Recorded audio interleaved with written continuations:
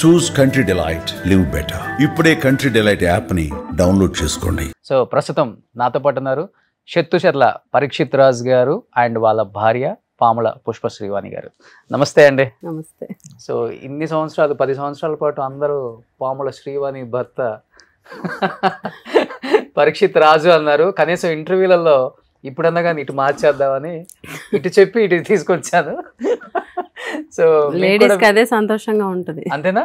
కానీ నిజంగా చెప్పండి, ఇన్ని సంవత్సరాలు విని విని విని ఎవరో ఒకరు చెప్పకపోతారా? ఫస్ట్ నా పేరు చెప్పి తర్వాత ఆమె పేరు. అలాగేం లేదు, అదే లేదు. నాకు తన పేరు చెప్పినా హ్యాపీగా ఉంటుంది, నాకు చెప్పినా ఒకలాగే ఉంటుంది, తను చెప్పినా ఒకలాగే. లేదు లేదు, నేను చెప్పేటప్పుడు మీ కళ్ళలో ఆనందం చూశాను నేను. అలాగే శ్రీవాణి గారు యాజ్ ఏ ఉమెన్గా నేననే కాదు, ఏ ఉమెన్ అయినా సరే అలా చెప్పినప్పుడు ఎక్కువ సంతోషపడతాం. పరీక్షిత్ రాజు భార్య అని అంటే నాకు ఇంకా హ్యాపీ. ఓకే, ఇప్పుడు కొంచెం ఫ్రీ టైం దొరికింది అనుకుంటా, ఫ్యామిలీతో స్పెండ్ చేయటం, పాపతో స్పెండ్ చేయటం, చుట్టాలతో స్పెండ్ చేయటం. ఎందుకంటే పెళ్ళైన 4-5 వారాలకే నామినేషన్ వేయటం, ఎలక్షన్స్లోకి వెళ్ళటం, గెలవటం ఫర్ ద ఫస్ట్ టైం. ఎప్పుడూ కూడా చరిత్రలో జరగని ఒక గొప్ప విషయం ఏంటంటే గెలిచే టైంకి 28-29 ఉంటాయి, అంతే కదా? అంతే, 28 ఇయర్స్. హేమా హేమిలు ఉన్నారు రాజకీయాలలో, ఉద్దండులు ఉన్నారు. అలాంటి వాళ్ళు కూడా ఓడిపోయిన చరిత్ర తెలంగాణ ఏపీ డివైడ్ అయిన తర్వాత కూడా. అలాంటిది మీరు ఘన విజయం, 20,000 మెజార్టీ వచ్చింది. ఫస్ట్ టైం అసెంబ్లీలో అడుగుపెట్టారు, కాళ్ళ పారని ఆరక ముందే. ఏమనిపించింది ఫర్ ద ఫస్ట్ టైం? చాలా హ్యాపీ అనిపించింది. పాలిటిక్స్ అంటే ఇష్టం కానీ పొలిటికల్ బ్యాక్గ్రౌండ్ కాదు.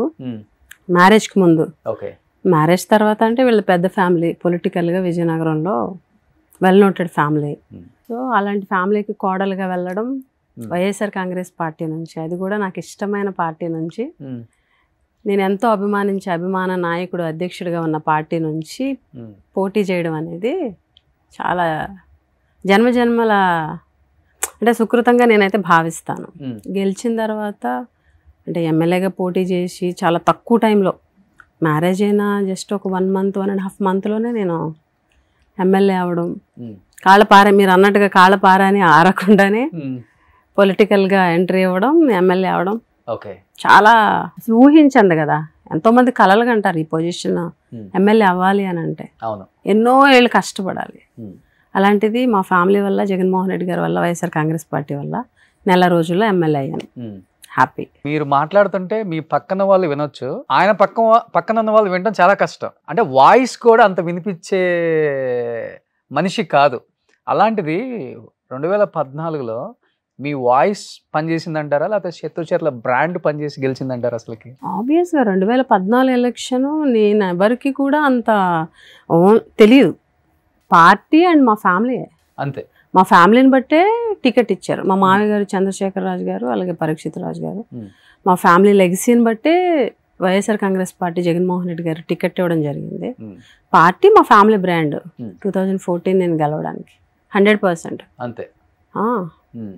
బట్ కానీ బయట అయితే ఒక రూమర్ ఉంటుందండి, అది రూమరో లేకపోతే నిజమో మీరే చెప్పాలి.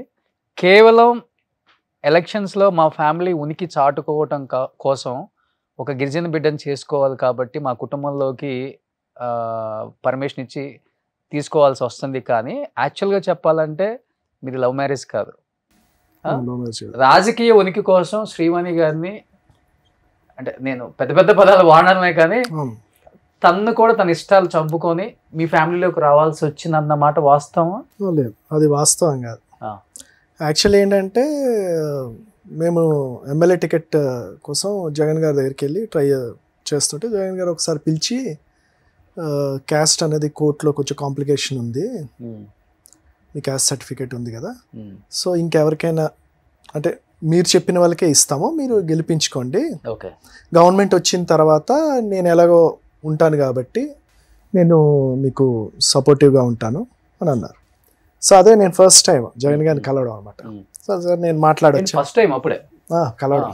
నేను అప్పటికే సర్పంచ్, మా ఊరు సర్పంచ్. జగన్ గారికి నా పేరు తెలుసు కానీ మా నాన్నగారు వెళ్ళడమే, నేను ఎప్పుడు వెళ్ళలేదు. ఈసారి ఫస్ట్ టైము కలిశాను. సో నేనేం చెప్పానంటే, అది కాదు సార్, ఎప్పటి నుంచో మళ్ళీ ప్రజల్లోకి ఎమ్మెల్యే అవ్వాలని, మా నాన్నగారిని మళ్ళీ ఎమ్మెల్యే చేయాలి అని ఎప్పటి నుంచి కష్టపడుతున్నాం. మరి ఇంకోళ్ళకి ఇస్తే వాళ్ళు ఎక్కడ మన చేతుల్లో ఉంటారు. ఈ రోజుల్లో ఎమ్మెల్యే అయిన తర్వాత జంప్ అయ్యే రోజుల్లో మనం కష్టపడి నిలబెట్టిన ఎమ్మెల్యే మన చేతుల్లో ఎక్కడ ఉంటాడు అంటే అప్పుడు జగన్ గారు అన్నారు, ఇవన్నీ ఎందుకు, నువ్వు పెళ్లి చేసుకోవచ్చు కదా అన్నాడు. ఓకే, అప్పటికి అంతేగా, అంటే పెళ్లి చేసుకోవాలనేది నా హెడ్లో లేదు అసలు. ఓకే, పెళ్లి చేసుకోవచ్చు కదా మరి నువ్వు అని అన్నారు. ఇవన్నీ ఎందుకు, నువ్వు మంచిగా ఒక మంచి గిరిజన అమ్మాయిని హ్యాపీగా పెళ్లి చేసుకోవచ్చు కదా మనం ఇంత కమిటెడ్గా ఉన్నప్పుడు అని అన్నారు. అలా అంటారా సార్ అనుకుని నేను ఒక నిమిషం ఉండి నాకు ఒక 10 days టైం ఇవ్వండి సార్ అన్నాను. సో అప్పుడు జగన్ గారు అన్నారు, మరి 10 daysలో నువ్వు ఏదో చెప్పాలి, ఆ తర్వాత నేను ఏ నిర్ణయం తీసుకున్నా నన్ను ఇంకోలాగా అనుకోకూడదు అని అన్నారు. అలాగే సార్ మీరు ఎలా చెప్తే అలాగా అని అన్నారు. అయిన తర్వాత ఆయన దగ్గరుండి ఆయనకి ఎప్పుడు అలవాటు ఏంటంటే, అది చాలామంది తెలియదు, ఆయన అలవాటు ఏంటంటే ఎవరితో మాట్లాడిన తర్వాత తీసుకెళ్ళేటప్పుడు ఆయన డోర్ తీస్తారు. ఓకే, జనరల్ ఆయన డోర్ తీసి పంపిస్తారు. వెళ్తూ ఇలా డోర్ తీశారు, ఓకే అని బాయ్ చెప్తూ ఆల్ ద బెస్ట్ అన్నారు నవ్వుతూ. 10 daysలో మంచి 10 daysలో ఎవరు అభిప్రాయం అంటే ఎవరు డెసిషన్ తీసుకోలేరు కదా 10 daysలో. సో ఆయన జస్ట్ స్మైల్ చేస్తూ ఆల్ ద బెస్ట్ పరీక్షిత్ అన్నారు. ఓకే, వెళ్ళిన తర్వాత ఒక 10 days తర్వాత మళ్ళీ వచ్చాను. సార్ చూశాను ఒక అమ్మాయి అంటే నాకు పర్ఫెక్ట్ అనుకున్నాను. ఆయన షాక్ అయ్యారు. మా ఫాదర్ని ఒకసారి బయట కూర్చోండి అని కూర్చోబెట్టి ఒకటే అన్నారు, చూడు పరీక్షిత్, మనం పొలిటికల్ ఫ్యామిలీ, నువ్వు పొలిటికల్ ఫ్యామిలీ, నేను పొలిటికల్ ఫ్యామిలీ నుంచి వచ్చి, పెళ్ళి అనేది మిగతా వాళ్ళలాగా ఏదో పెళ్లి చేసుకొని తర్వాత ఫెయిల్ అవుతే డివోర్స్ తీసుకొని ఇలాగా అయ్యే పనులు కావు. ఓకే, పెళ్లి చేసుకుంటే లైఫ్లో ఒకసారి పెళ్లి చేసుకోవాలి. ఎందుకంటే పబ్లిక్ మన ఆన్సరబుల్, మనకు ఒక హిస్టరీ ఉంటుంది, మనం ఏం చేసినా కూడా ఆన్సరబుల్ అవుతాం. సో నువ్వు ఇది లైఫ్ డెసిషన్, ఏదైనా అటు ఇటు అవుతే లైఫ్ అంతా బాధపడాలి. అండ్ డివోర్స్ చేయడం ఇవన్నీ కూడా కరెక్ట్ కూడా, ఓకే, మన ఫ్యామిలీస్లో అలా చేయకూడదు.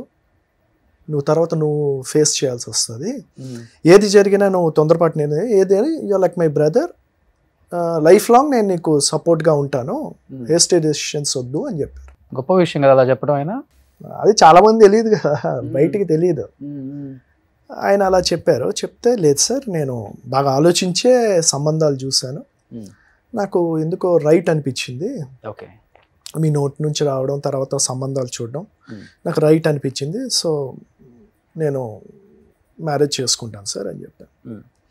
సో అలాగా ఐ డిసైడెడ్. ఓకే, సో ఈ లోపల ఈ 10 daysలో జరిగింది ఏంటంటే, మా ఫాదరు నన్ను పెళ్లి చేసుకోమని చెప్పలేరు. మా ఫాదర్ ఏంటంటే, పాలిటిక్స్ కోసం పెళ్లి చేసుకోమని నేను ఎలా చెప్తాను మా అబ్బాయికి, సడన్గా ఏమైనా జరిగిందో హీల్ బి రెస్పాన్సిబుల్ కదా, టైం లేదు. కార్యకర్తలు ఏంటంటే చాలామంది మా ఫాదర్ని నమ్మి 3 years ముందు ఆ రోజు అంత దిగ్గజమైన కాంగ్రెస్ పార్టీని వదిలి, ఆ టైంలో కేంద్ర మంత్రిగా కిషోర్ చంద్రదేవ్ గారు మా పక్కూరు కురుపం, రాష్ట్ర మంత్రిగా మా సొంత పెదనాన్న విజయరామరాజు గారు, మా సొంత మేనత్త కొడుకు అక్కడ ఎమ్మెల్యే, ఆ జిల్లాలోని సీనియర్ మంత్రి బొత్స గారు, అక్కడ ఇంతమంది మహామహులు కాంగ్రెస్ పార్టీలో ఉంటుండగా మా ఫాదరు వైఎస్ఆర్ కాంగ్రెస్ పార్టీకి జగన్ గారితో వచ్చిన తర్వాత చాలామంది కార్యకర్తలు నమ్మి బయటకు వచ్చారు ఊర్లలో.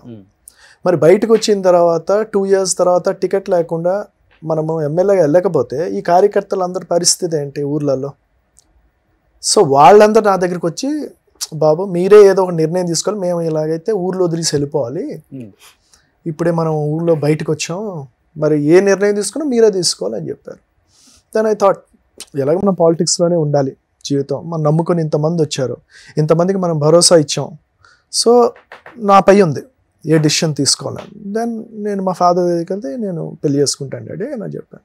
కానీ రాజకీయంగా పెద్ద కుటుంబం చిత్తూరుల వాళ్ళది, అందులో అందగాడు, సౌమ్యుడు. స్వయంవరం ప్రకటించారా, లేకపోతే స్వయంవరం ప్రకటించక ముందే శ్రీవాణి గారు వచ్చేసారా లైఫ్లోకి? ఉంటుంది కదా, చాలా మంది గిరిజనులకు ఆశ ఉంటుంది కదా, డెఫినెట్ గా నేను పెళ్లి చేసుకోవాలి, బాగుంటాడు, జిల్లా కానీ జిల్లా మనకు తెలియదు, కానీ మన జిల్లా వాళ్ళు ముందుంటారు కదా. ఉంటారు, వచ్చాయి ప్రపోజల్స్ వచ్చాయి, మనకి తెలిసిన వాళ్ళు అంటే తన సంబంధం తెచ్చారు. నేను చూసింది 3 సంబంధాలు చూశాను, అంతే. ఫొటోస్ 3 సంబంధాలు చూశాను. నేను ఒక 10 minutes మాట్లాడడానికి అడిగాను. 10 minutes ముగ్గురితో మాట్లాడినప్పుడు, తనతో మాట్లాడినప్పుడు నాకు తను రైట్ చాయిస్ అని నాకు అనిపించింది. ఏ టైంలో అనిపించింది? అంటే టీచర్ కాబట్టి చాలా తెలివిగా ఆన్సర్ చెప్పారా లేకపోతే? చాలా నేను ఒకటే చెప్పాను, అంటే ఇది మీకు డ్రామాటిక్గా ఉండొచ్చు, కొంచెం సినిమాటిక్గా ఉండొచ్చు, కానీ నేను చెప్పింది నేను చెప్తాను, యూ టేక్ ఇట్. ఇలా కూర్చున్న తర్వాత నేను ఒకటే చెప్పాను, రేపు నేను మ్యారేజ్ చేసుకుంటాను, ఒకటి మ్యారేజ్తో పాటు నెక్స్ట్ పాలిటిక్స్లో ఎమ్మెల్యేగా మీరు పోటీ చేయాల్సి వస్తుంది. ఓకే. సో నాకు కావాల్సింది ఏంటంటే ఒక అమ్మలా ఉండాలి, మన కార్యకర్తలందరికీ ఒక అమ్మలా కనిపించాలి. ఎందుకంటే తను నెక్స్ట్ నాతో వచ్చిన తర్వాత తను అమ్మగారే అని పిలుస్తారు, అమ్మగారు అని పిలుస్తారు. సో ఆ స్టేచర్ తగ్గట్టు నువ్వు ఉండాలి, ఒక అమ్మగారిలాగా సెట్ అవ్వాలి, ప్రజలకి మేము ఎలా ఉంటున్నామో నువ్వు అలా ఉండాలి. నెక్స్ట్ ఒక రెస్పాన్సిబుల్ పొజిషన్ ఎమ్మెల్యేగా నువ్వు టేక్ ఓవర్ చేయాలి. ఓకే. సో ఈ రెండు మ్యాచ్ అవుతూ హౌస్ వైఫ్గా కూడా నువ్వు బ్యాలెన్స్ అవ్వాలి. ఓకే. సో ఈ మూడు మీ వల్ల అవుతుందో లేదో మీరు ఆలోచించుకోండి. ఒకవేళ రేపొద్దున్న పాలిటిక్స్ అవ్వలేకపోతే దెన్ లైఫ్ డిఫరెంట్గా ఉంటుంది. ఓకే. సో ఈ రెండిటికి మీరు రెడీ అయి ఉండాలి. సో అది మీరు ఆలోచించుకొని మీరు నిర్ణయం చెప్పండి అని అంటే తను ఏం చెప్తే మీరు ఎలా చెప్తారా. సుమన్ టీవీలో మీ పర్సనల్ అండ్ బిజినెస్ ప్రమోషన్స్ కోసం కింది నెంబర్కి కాంటాక్ట్ చేయండి.